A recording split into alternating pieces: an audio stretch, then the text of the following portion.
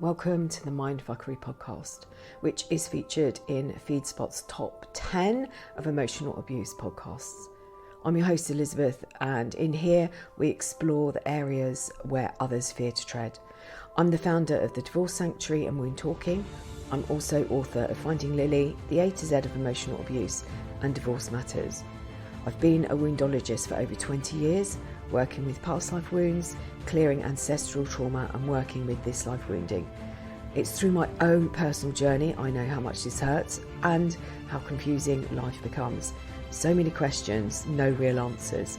I'm on a mission to educate as many people as I can on the effects of trauma on our lives and our children's lives, healing those wounds and healing the wounds of our mothers and our fathers.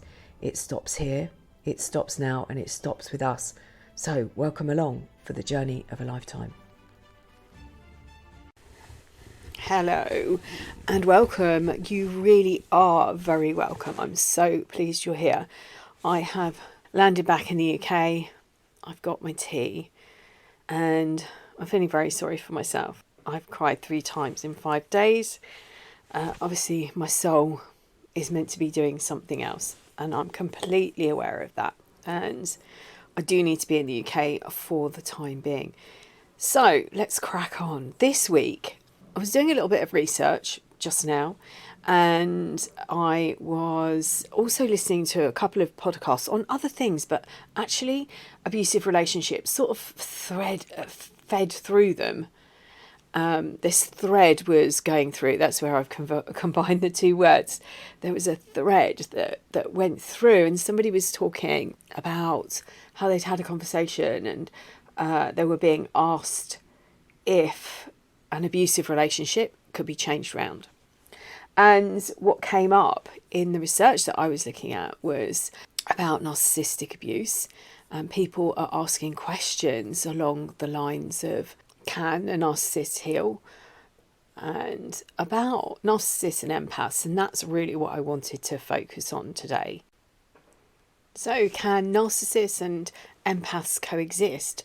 They can for a period of time. So a narcissist, back to basics, a narcissist is a person who behaves in a selfish way. They might have a grandiose sense of importance. In fact, they will have it.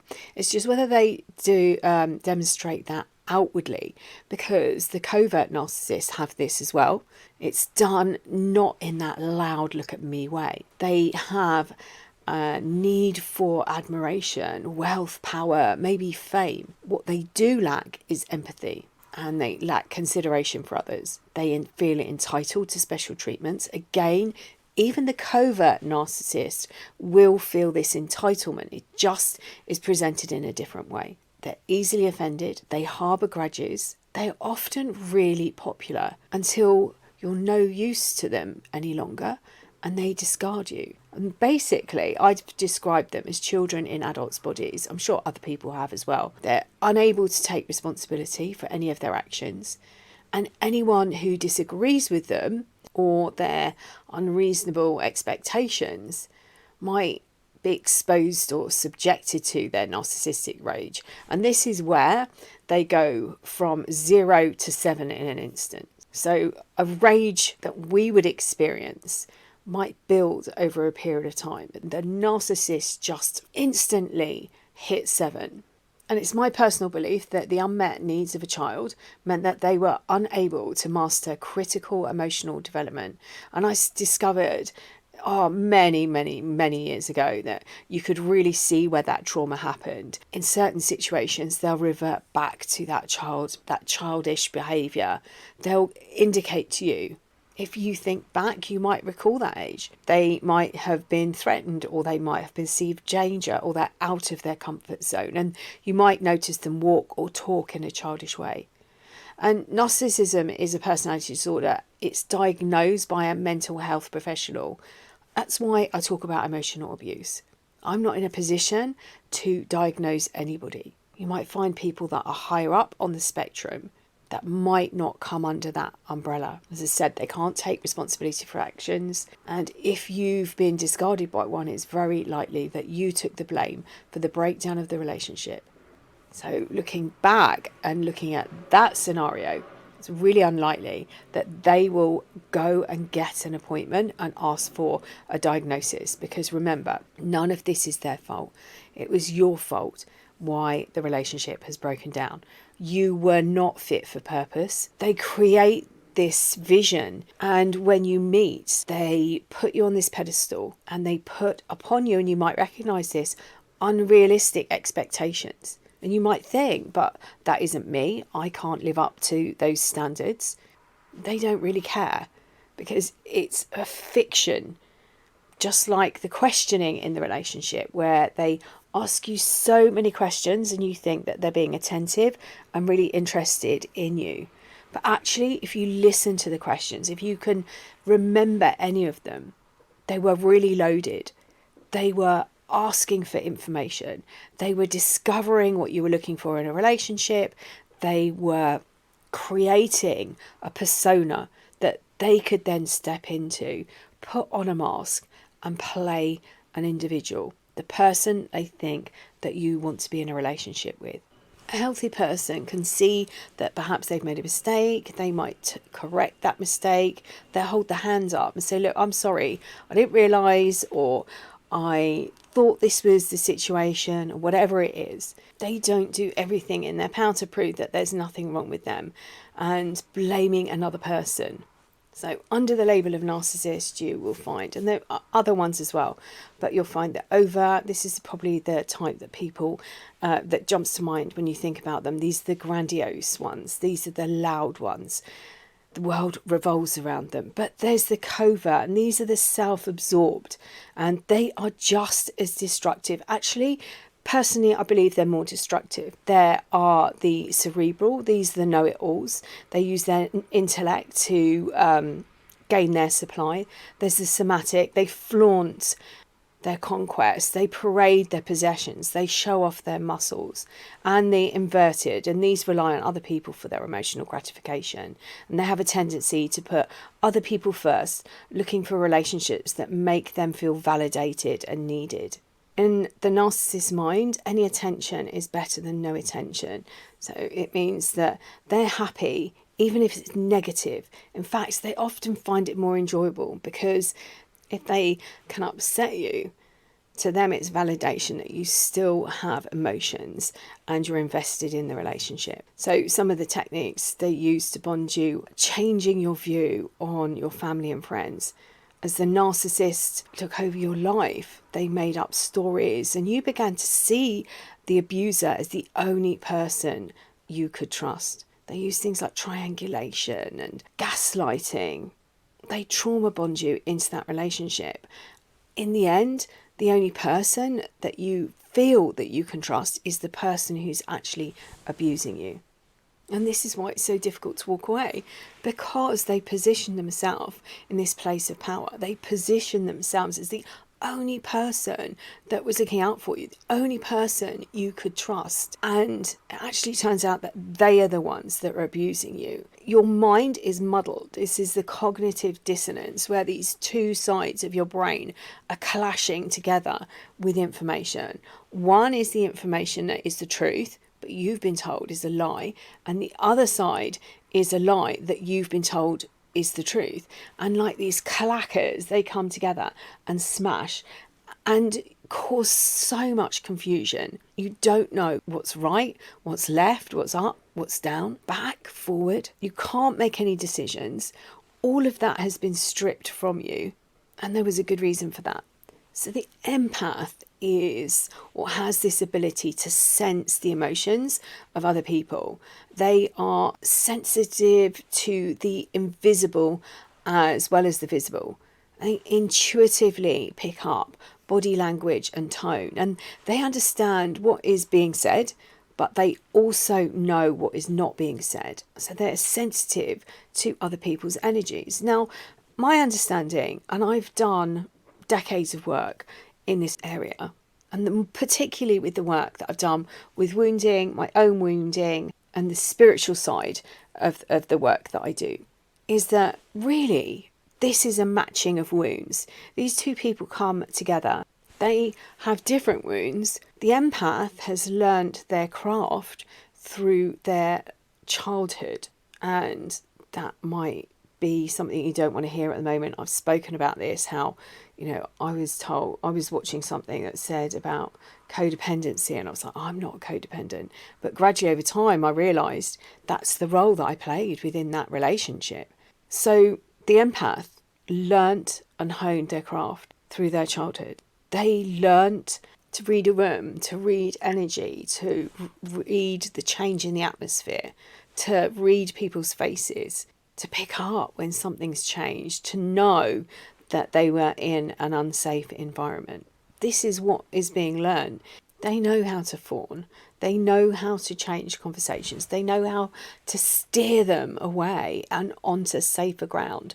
They can pick up when somebody walks into a room that is about to trigger the person who's higher up on the narcissistic spectrum. They can feel that. It might be the tone in someone's voice, the way that they move. It might be a minute facial expression. They can read all of that, and they know they're in an unsafe environment. The narcissist adores the empath because initially they can cater to their needs. They want everything that the empath is. They want that understanding. They want that generosity. They want that nurturing. They want that ability to be them. And these two come together, and they're like yin and yang. They're the opposites of each other. And what the narcissist, or the person, the emotional abuser, higher up on that spectrum does for the empath, they see the empath. They see and hear, and they feed those wounds, because that will be something very likely that the empath was never experienced during childhood, never seen, never heard. And all of a sudden, this person comes along and they're interested. They're showing interest. They're asking all of these questions, wanting to know everything. And the empath, being the person that they are, this generous and kind person, takes that as face value, believing that they are genuinely interested. The narcissist, on the other hand, is actually doing it to create this persona, because the narcissist, or the emotional abuser, is on the take all of the time. It doesn't matter whether they're covert, whether they're overt, they are taking all of the time. What's in it for me? What do I get out of this relationship? What status? Is it great walking into a room with somebody on my arm that looks absolutely fantastic? Look at all these amazing places that I'm going to now, I'm being introduced to. And that's both sides. So the empath gets something from these relationships, and believing that it's reciprocal. But the narcissist, or the emotional abuser, doesn't know unconditional. For the empath, unconditional is their language. It's their love language. So one of the questions was, what is this relationship between the two, the emotional abuser, the narcissist, and the empath? And the empath goes in completely blind, having no idea that that is what they're walking into. And very easily, because these relationships replicate situations that they've grown up in. I remember someone saying to me, I can't believe you didn't see this as abusive. I didn't see it as abusive. To me, it was relatively normal behaviour towards the end. I was trapped by these wounds, these childhood wounds, where as the emotional abuser goes in, putting this person on the pedestal, thinking that this time they've met somebody who is going to cater to their every whim, to their every need. And on top of that, they are caring and generous, and they've got all these things. But gradually, as they start to steal everything, to steal their energy, to steal their money, to steal their thoughts, beliefs, take over their life, they are then taking away the essence, the true essence of that personality. But it serves a purpose. I genuinely believe that you can come out of these relationships and you can thank the abuser for the damage they've done, because you are in a position now where you can see the wounding. It might take a little time. You might need someone to help you. but you can essentially contact these wounds. You can talk to these wounds. You can find out what happened. There's some other deeper stuff that I will actually just touch on now, which is when we end up in situations, traumatic situations, whether we're as a child, and I've spoken about this, the first 7 to 8 years of our life, if we experience, we take on everything as a belief. This is how everybody else is living. Every household, all my friends are living in the same way.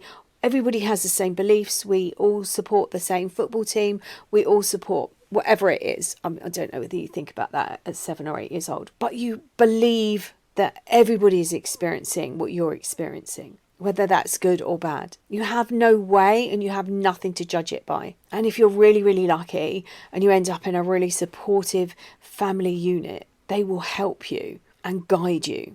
If you're not so lucky, you might have a slightly bigger tribe that you've got people within that will support you and see you and hear you. And if you're really unlucky, you are stuck in a really small tribe where nobody else can see what's going on. You're not given the tools. Nobody knows that this is going on. Emotional abuse isn't like physical abuse where you can see the bites or the scratches or the punches, the bruises. This is more a disassociation of abuse. A child might be very quiet.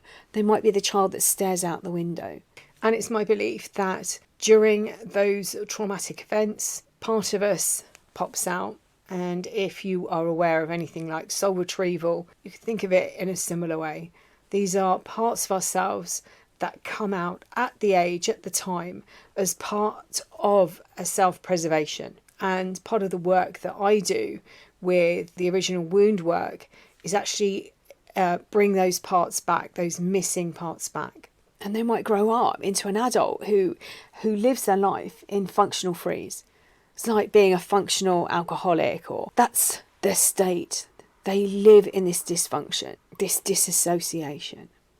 But from the outside, being given the tools as an adult shouldn't have to be this way, should never be this way. And do you know what? It only takes 20 years to change things within a society. So if we all woke up to this today, tomorrow, next week, within 20 years, we could start to change the behaviour within our society around this, protect our children. And by protecting our children and giving them the tools to cope, they are taking that forward into their relationships. They're taking it forward and bringing more healthy and rounded adults into this world, or children that grow into adults. And we literally change society. It's like a movement. 20 years apparently it takes, or it might be 21. And you have to ask yourself, can they change? Can an emotionally abusive person change? I don't know, because they might be able to change their behaviour and to convince you that they've changed. But they fundamentally haven't. They're doing no work on their wounds. They're not doing anything to help themselves. Remember, they don't believe this is their fault. They can't take responsibility for their actions. So those questions are for you to understand, to go inside and say, do I want to experience this? Do I want to move forward and heal my wounds and create the life that I'm born to live? Or do I want to stay in this relationship and see if they change, see if they're willing to change, if they're willing to take responsibility for the actions that they've taken, for the harm that they've done, for the damage that they've caused? And if you're an empath, listen in and see whether that feels genuine. Does it feel genuine? There's nothing more desperate than somebody looking for somewhere to live. And that's a statement I heard years ago. And it was more to do with the emotional abuser moving on into other relationships. But if there's a fear that they are going to lose their home, they're going to lose their family, they can make these promises and perhaps they might even believe them. But it's the words, it's the actions. People can say things and nothing further happens. I could say, I'm going to order a car. I'm going to buy this car. Other things happen and get in the way.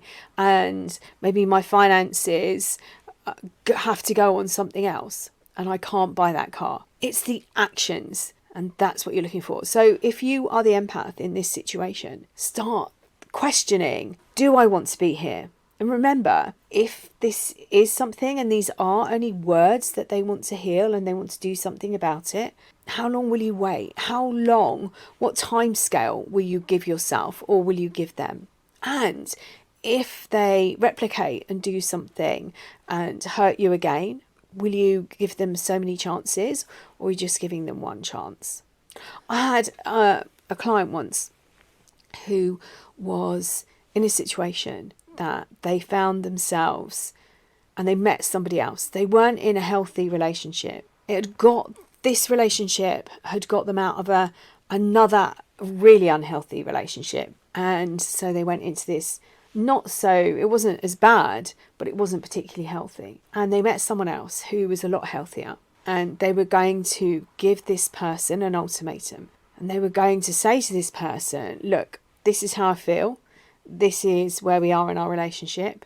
On the condition of this, this, and this, then I will stay. And I said to them, hang on a minute.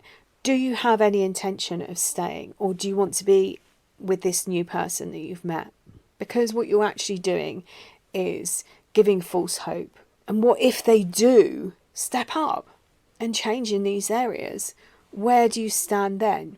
So start looking, if that is something that you are going to put conditions in place, with that condition, think about what happens the first time. Will you say, okay, I'll give you 3 chances? Because if you've made it really clear to someone that you aren't happy with this form of behaviour and they keep repeating it, that isn't going to change because they do not respect you enough to change. It might be so built into their DNA and to their responses that they can't actually do anything and change. So this is a big dynamic between the emotional abusive or the narcissist and the empath, because the narcissist actually can show the empath where and how to heal. Unfortunately, the majority of time, the empath is so desperate to help the emotional abuser because it might be that they weren't able to do that. They weren't able to do that for a parent or for a caregiver. And they're replicating these relationships because it wasn't something that they were able to do growing up. They weren't able to save that parent or caregiver. And remember, not everybody wants saving. Not everybody who plays the victim actually wants to be healed.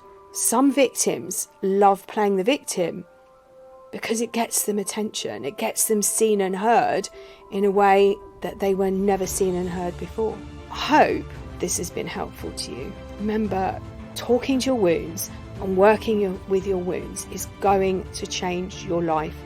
And depending where you are on the journey, it might not feel like it right at the beginning. Start using markers and look back and see how you've come, how far you've come. You'd be surprised how quickly you can turn your life around and you can heal these wounds. Sending you loads and loads of love until next time.